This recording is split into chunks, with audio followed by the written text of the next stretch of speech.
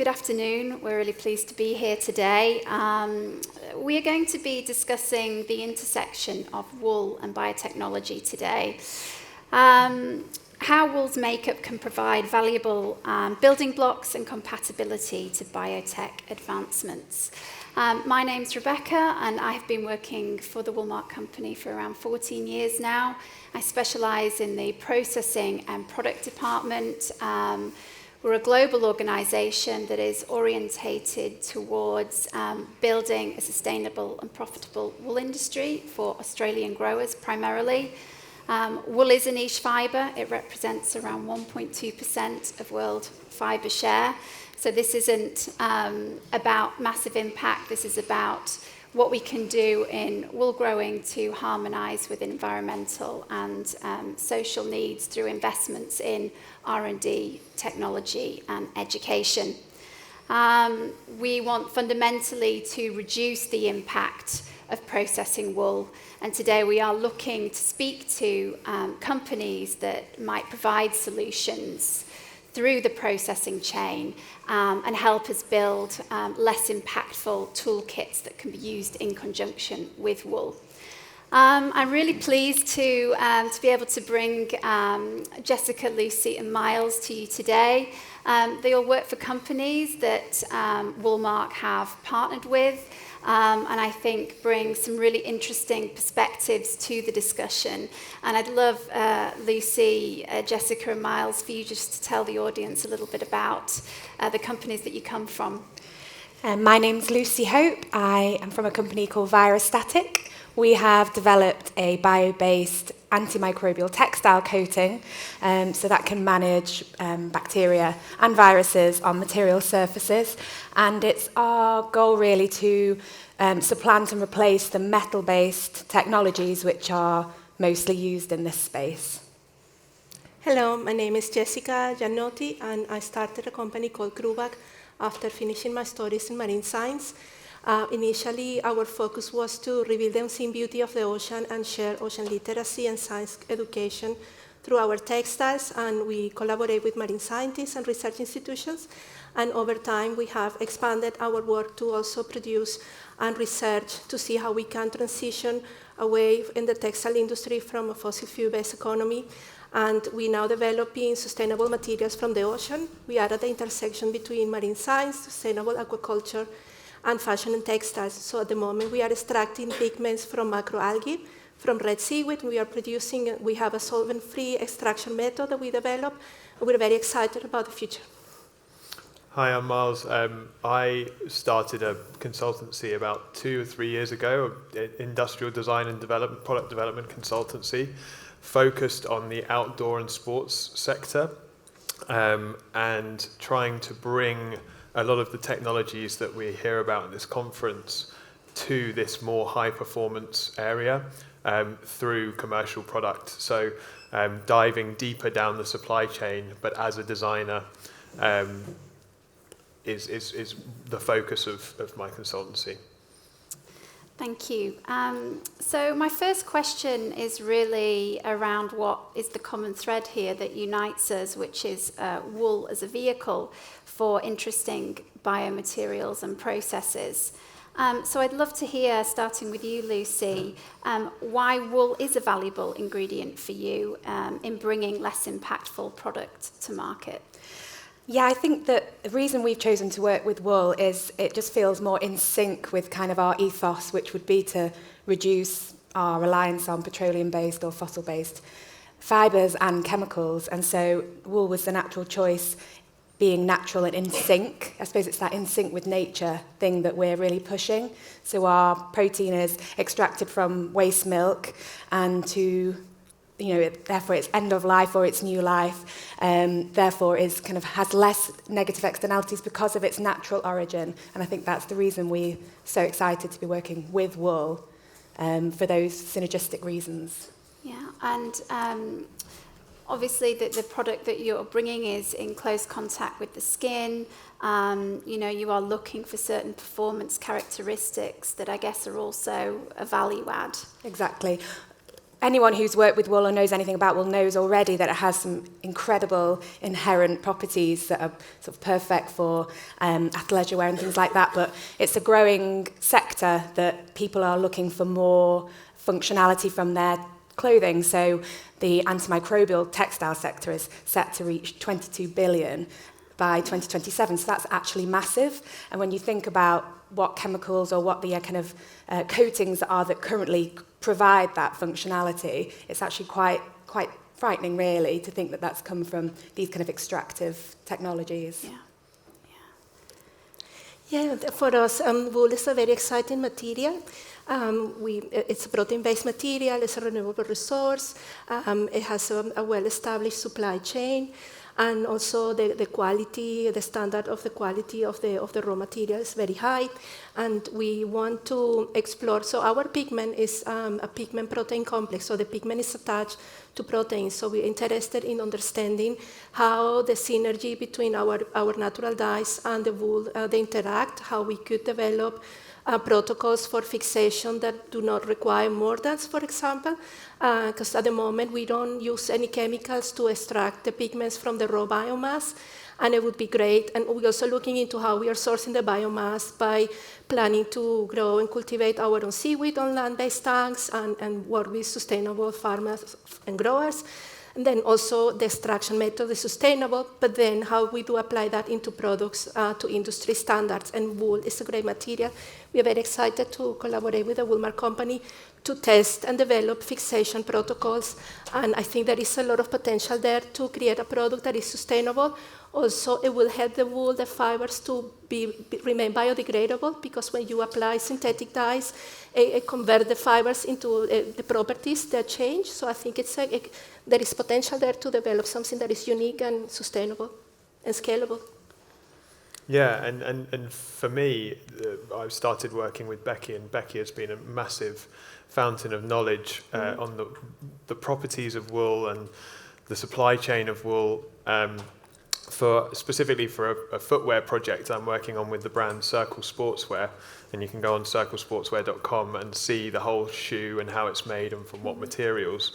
And the use of wool was really because we're trying to find the natural fibers or the naturally derived fibers for the upper of the shoe, because that's the easiest part of a performance. This is a running shoe. The easiest part of the shoe to change the feedstock of that woven or knitted upper.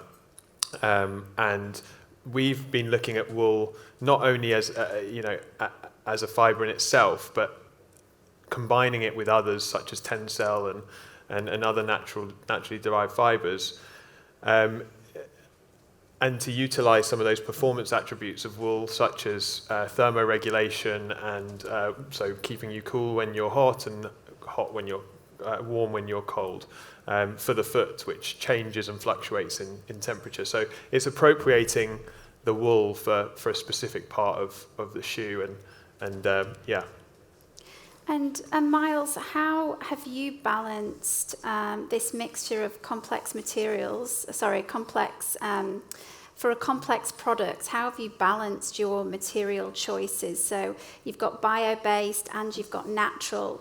So what are your thoughts about the challenges there and the circularity of that product? Yeah, a huge part of developing the product. We've heard a lot about shoes, I think, in this conference. It's a very many different materials come into this complex product, and so it's really saying, right, what performance do we need from this part, and what do we need from this part? Finding the best, but then working to make sure that they can be separated at the end of life. So in building that design for disassembly, and so a decision we made with the upper with the shoe was to keep the upper all natural, and then the bottom unit, so the midsole and the outsole, which require different performance characteristics, and there's fewer options on the market for that, to work on the recycling side. Then you need to separate that technical and that biological waste stream, so designing it to be separated. But with the wool, you can get those. That seemed to be the best fibre for us for that upper performance that's not a synthetic. Yeah, so you weren't tempted to stay in that synthetic family. Yeah, it really was to move as much of the product to being bio-based and being biodegradable where possible. And there's lots of complexity, as we all know, with the raw fibre and then down the processing chain, what happens to it. So the project is also a vehicle to understand for the brand, Circle Sportswear, but ourselves as the consultancy helping them to really see where the limitations are, and pushing it as far as you can, not just making another commercial product with some claims, but actually understanding those supply chains in a deep way and those materials. Yeah. Interesting. My next question is around balancing extractive and restorative, and I'll come to you, Jessica. We take from nature. How do we ensure this is balanced with restorative practices, and how do we prevent symptoms of a problem becoming solutions? So taking emphasis away from the root cause. So I suppose two questions there, but it'd be great if you could just talk to us about using algae as your base. Yes. How do you ensure that you are also thinking about how you put back, and it's not just about the taking? Yes. For us, the question was about because natural materials not necessarily mean they're better or more sustainable, and they have been used in the past for hundreds of thousands and thousands of years, but how can we do it in a smarter way and use the technology and the developments that we have at the moment, also the imperatives around climate change and all the environmental issues that we're facing. So for us, the question was about a local product. We have the red seaweed that we're working with is Palmaria palmata. It grows all around. We are based in the west coast of Scotland, in the Highlands, in Oban. It's a beautiful part of the world, and we have seaweed everywhere. And so we can grow it, but we can also extract it in smaller quantities and respecting the carrying capacity of the ecosystems. By having access to research and being based at the Marine Research Institute, we can also work with ecologists and researchers to understand the impact of our industry. And we are not using any invasive species, so we are working with a natural seaweed that is quite abundant. It grows on our shores, and also for scalability is ideal because it can be grown, and it grows all over in Canada, in Portugal. So we could build over the years innovation hubs around different places. And it's about how we extract it, so how we do source the biomass, how we understand pathogens. For example, the seaweeds are very susceptible to pathogens, and for the food industry, it's harder for them because the costs are elevated, but we are developing a product at a higher price point. We decided to have a market-driven approach, so we show our prototypes at trade shows last year, and we already have a waiting list of clients and companies that are interested in working with us. So we're using that approach to drive sustainability, to drive blue growth, and to drive also ecosystem services. Seaweed is a great raw material. It provides oxygen, it cleans the water, it provides habitats for other organisms. So we are trying to develop a model that we are not only provided economic growth and a sustainable solution for our industry and society, but also can we give back to nature? Can we provide ecosystem services that way and have a positive impact-driven approach? Yeah, can I add to that? That one of another interest of mine in bringing wool into this footwear project as well as other projects is because it's one of the natural fibres that can potentially have a huge positive effect with the right farm methods and everything like that. So it's a really exciting and interesting opportunity. And so within just using the material and designing with it, we have a bit of a voice, and a voice with Woolmark of what's important to us and what's important to the customer, or what might be. And this phrase, regenerative agriculture, gets talked a lot about. And I think just more focus through applying these fibres and these natural materials and natural fibres as a designer, I feel it's an important thing that doesn't happen enough from my level, in my position, being able to say, I'm interested in sourcing and using this material because it has the potential, and pushing that needle towards the regenerative practice. Yeah.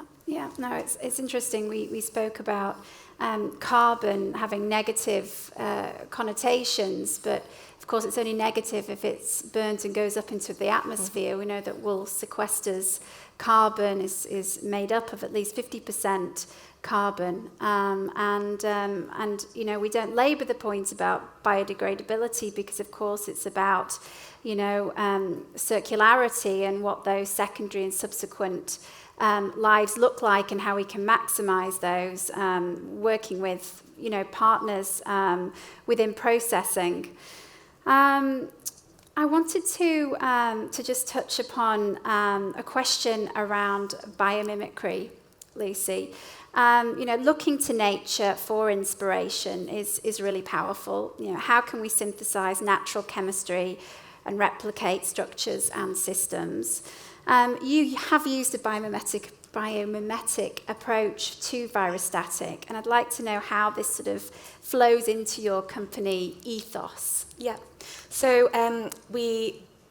the coating itself on the material was developed really for pandemic preparedness. So we're a small family business, and our founder, who is also my father, developed this technology to develop a better mask material for actually filtering viruses in the air around you. And so after doing a lot of research and development over a decade, he isolated this particular protein, which is inherent in your immune system. So it's in your innate immune system, there to protect you against a threat of a virus or bacteria. And so to actually be able to extract that from the milk and be able to put it on your clothing has this kind of biomimetic function in that it's actually the virus thinks it's arrived at its destination, i.e. you and your cells. So to be able to do that and sort of replicate that has been something that's really quite exciting, and knowing that then for nature kind of always has the answer there all along. It is. And, you know, living, you know, in a world of chemical overload, it's great that, you know, we're looking to nature to provide some of those solutions. And I wonder if some of the chemicals and the, you know, that we use that are incredibly persistent are actually necessary. And a point to something Amanda said earlier, are we over-engineering our products? And I'd just love to know, tell us a little bit about the snood that you're creating and your approach to the way the consumer would interact with that to ensure longevity of life. Yeah, so I agree with Amanda's point earlier about the over-engineering. So, for example, any chemical that's used at the moment to manage bacteria on a textile has to reach extremely high levels of kill rate to be classed as biocidal, for example. And that's not really necessary if all you're wanting to do is manage odour on a textile that's, you know, that has a lot of follow-on problems. Say, for example, like these bugs become resistant to those chemicals that are being used to manage that. And so we wanted to have something that's a more natural approach. It still reaches the same efficacy, but perhaps it doesn't persist on your clothing for 50 washes, and perhaps nor does it need to. And if it does, then, you know, there should be questions there as to how and why, and what's that then going to do when it is put in the washing machine or when it's put in the ground at the end of its life, and the problems that will cause ongoing. Yeah. And of course, just with the scale-up of your sea dyes, you know, there are lots of challenges with applying natural-based dyes, consistency, colour fastness. Maybe we need to change our expectations as consumers and perhaps build this in more readily into design of products. What are your thoughts on that? Yes, I think it's we have to manage expectations. We have to communicate that, I think, alongside the development of the technologies, we have to develop a sense of aesthetics. We have to think about the ethics as well, and the look and the feel. I think if we're transitioning to a new way of doing things, it could come also with a new perception and a new aesthetics, and maybe the dyes are not always the color fastness, they change over time. It could be that it's a living piece. Of course, we aim to achieve color fastness and UV fastness and all of that, but I think it's about communicating and building community, building trust, and we have to deprogram ourselves because we are consuming, producing, and wasting so much materials. Also, you were mentioning before the concept, around how we build circularity.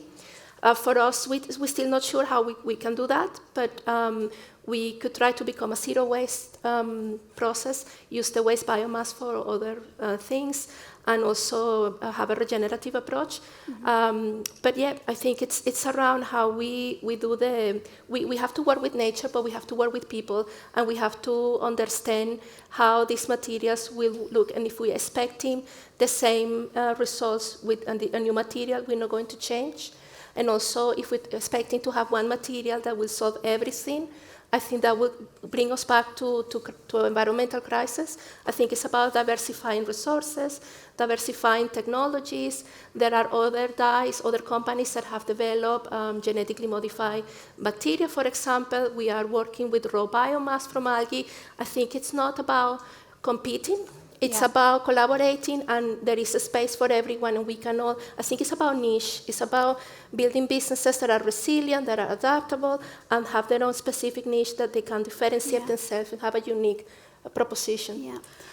I also don't think it would be a great leap for the consumer to sort of understand that kind of beautiful marketing message that, it's actually higher value, that it doesn't stay the same colour over time and that it changes because of it evolves like nature evolves. Yes, exactly. And that opens up also for other ideas. Can we work with the properties of the pigments? Some are light sensitive. Can we use the pigments to communicate important? I think you were talking about that last night, that to use. So I think it's we need to be open and learn, and maybe have some luck as well, and have some good accidents happening along the way. And actually, just to sort of sum things up, just on impact, Miles, from your side, we've heard a lot about industrial scale and the need for us to make change large scale quickly. But is there room enough for niche applications and industrial applications? And how important is that to have both? Because wool represents 1.2% of world fibre share. Jessica, are you looking to qualify your dyes with the highest fibre use, or is there room for us to focus on smaller scale solutions, because at the end of the day there's not one silver bullet and we need a portfolio of options? I'd say in brief, it's kind of the challenge is when the marketplace requires scaling in order to be successful, it's more challenging to do smaller scale projects. But I would say, wool, like you said, is one small portion of a plethora of sort of, maybe it's not the right word, but weapons in our arsenal for lowering impact. And I think it's just as relevant as any other niche area to develop more deeply into. So apply, and from my perspective, you need to take it out of the lab and apply it to product. And we're all creating products in slightly different ways, using wool and keratin, the properties of that protein that wool is made from, in order to achieve things in specific sectors. Hopefully it can grow more, but because even if we are in a niche, so even if comparing to the world market, we have a small percentage, 2%, or just to say a number. In terms of operation, that's still, we will still have to grow seaweed to the ton. We will still have to produce huge amounts of dye. And so the scalability is a challenge that will be there. Also, if the operations are too small, there is no impact, there is no transformation in the industry. So we have to balance that and also the economic necessity of having a sustainable business. And but it's understanding what markets, what is the market size, and maybe maybe starting working with pilot projects and growing, and I think that would lead to more acceptance, and also, you have the top-down approach, but you can also work with the communities. Maybe we could work with a yarn manufacturer and then have a community-driven projects where people need hats at home, so have that kind of community-driven bottom-up approach to raise awareness. I think we need to raise awareness and talk to each other and understand that scalability is a necessity, but how can we do it in a way that is doable as well? Also, in the cost, are we understanding, what is the cost, the yield, and the cost of that yield, and can we, is that doable for our customers? So how can we drive the cost down over time without compromising on quality and sustainability? So these are all challenges that we are all facing. Yeah, well, thank you for sharing your insights and experiences here today. I think we're almost on time, so if anyone has any questions for the panel, that'd be great.